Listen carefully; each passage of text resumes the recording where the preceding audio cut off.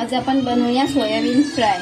भिजवून घेतलेलं सोयाबीन आहे, त्यातलं पाणी व्यवस्थित काढून घ्या आणि एका प्लेटमध्ये ठेवा. यात आपण टाकूया 1 चम्मच चण्याचं पीठ,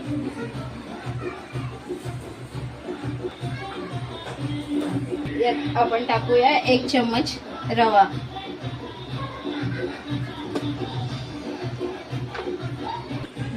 चवीनुसार मीठ टाकूया,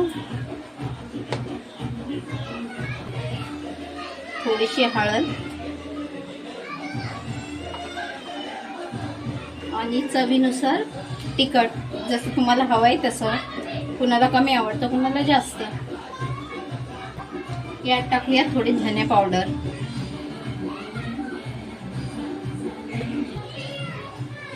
यात थोडंसं तेल घालूया, व्यवस्थित मिक्स करूया. हे व्यवस्थित मिक्स करून घेऊया. इथे तेल तापायला ठेवलेलं आहे मी, आणि हे मिक्स झाल्यावर आपण तेलात टाकूया. चवीला खायला हे खूप छान लागतं. फ्राय केलं म्हणजे कुरकुरीत होतात एकदम.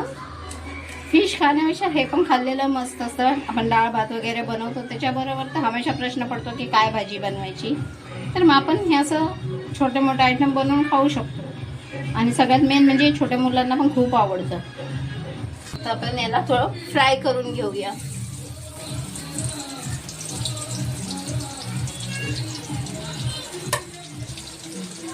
असं छानपैकी आपण याला आता तळून घेऊया, मस्त कुरकुरीत होईपर्यंत.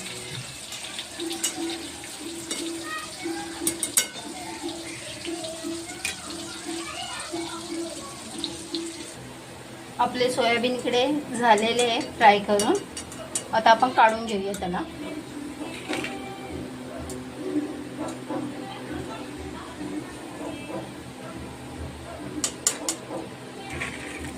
बघा क्रिस्पी झाल्यावर बघा किती छान दिसतात. कलर पण एकदम मस्त येतो त्याला.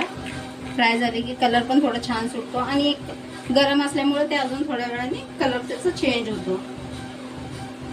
प्रकारे आता अशा प्रकारे आपलं हे सगळं बनवून झालेलं आहे.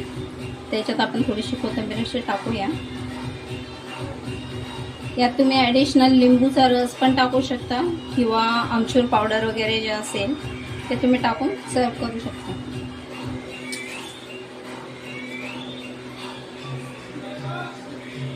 इकडून नाही.